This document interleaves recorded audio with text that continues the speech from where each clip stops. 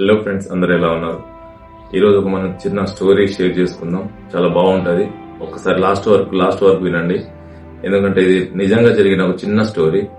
మీకు నచ్చితే కామెంట్ చేయండి, సబ్స్క్రైబ్ చేయండి, కానీ స్టోరీ మాత్రం పూర్తిగా వినండి.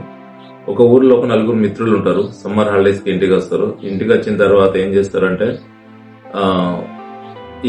ఇంటికి వచ్చి సాయంత్రం ఒక సిట్టింగ్ ఏర్పాటు చేస్తారు. అంటే నలుగురు వీర్లు తీసుకున్నాం. వాళ్ళ పేర్లు కూడా చెప్తా: లంగా, దొంగ, లౌడా, లఫుట్. ఇట్లా ఒక నలుగురి పేర్లు మనం చేసుకుందాం.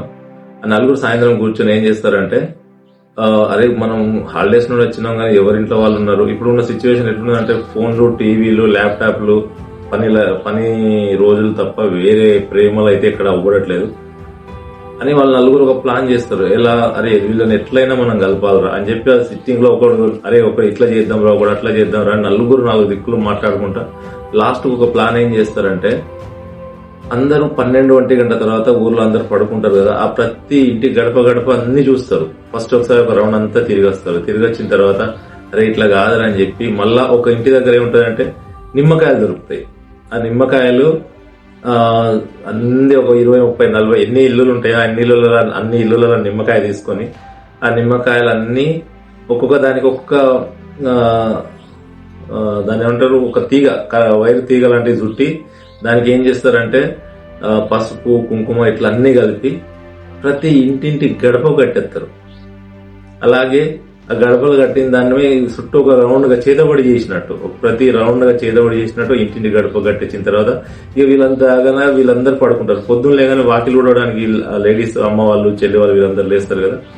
ఆ టైంలో చూసి అందరూ బాగా అరుస్తారు అన్నట్టు, మా ఇంటికి ఎవరు చేతబడి చేసినంటే మా ఇంటికి ఎవరు చేతబడి చేసినని చాలా గట్టిగా అరుస్తూ ఉంటారు.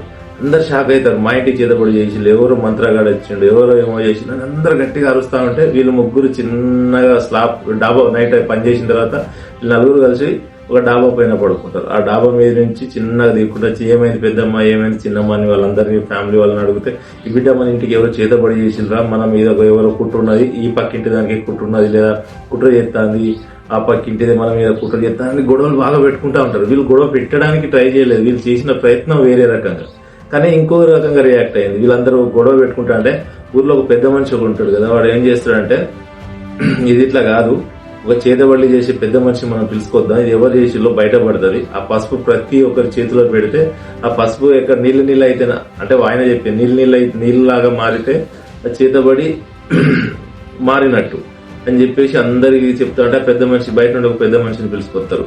చేతబడి చేసి ఆ మంత్రగాడు అన్ని ఇంటింటి ముంగట అన్ని చూసి, మీ ఊరికి అందరికి చేతబడి చేసిళ్ళు, మీరు ఎట్లయినా ఒక 7 రోజులు వంటకు పోవాలి బయటికి అని చెప్పేసి ఆ మంత్రగాడు చెప్తా ఉంటాడు అన్నట్టు.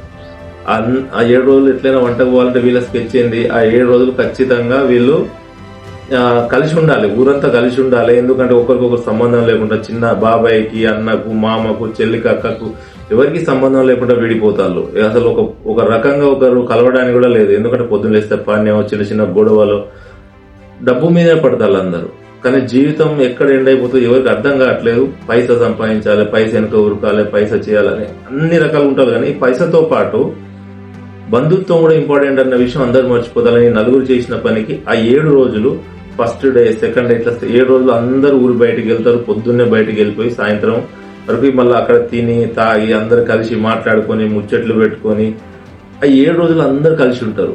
అలా ఒక్కొక్కరి బంధుత్వాలు, ఇంకా గొడవలు అయిన వాళ్ళు, మాట్లాడుకునే వాళ్ళు, వీళ్ళందరూ వాళ్ళ ప్రేమను షేర్ చేసుకుంటారు. అదే తమ్ముడు, మనం చిన్నప్పుడు అక్కడ ఈతకు పోయేది కదరా, మనం ఇక్కడ డాన్సులు చేసేది, ఈ గోళీలాట ఆడేది, ఇవన్నీ మనం అన్ని మాట్లాడుకుంటా అంటే ఒక్కొక్కరు ఏడ్చేది. అదే ఇప్పుడేమో పనులని, పరువు అని, భార్య అని, పిల్లలని, అన్ని రకాల భారాలతో నడుస్తున్నాం. కానీ చిన్ననాటి జ్ఞాపకాలని అందరు షేర్ చేసుకుంటా అంటే ఈ నలుగురు అదే మూమెంట్ ను కోరుకున్న నలుగురు ఆ క్షణాన్ని మర్చిపోలేని టైమింగ్. అంటే వీళ్ళు చేసిన పని తప్పో ఒప్పో నాకు తెలియదు, నాకు అర్థం కాలే, కానీ వీళ్ళు చేసింది అయితే ఆ నలుగురిని ఆ ఊరంతా కలపాలని వాళ్ళ ప్లానింగ్ ఏంది. ఆ నలుగురిని ఆ ఊరంతా కలిపితే వీళ్ళందరూ హ్యాపీగా ఉంటారు.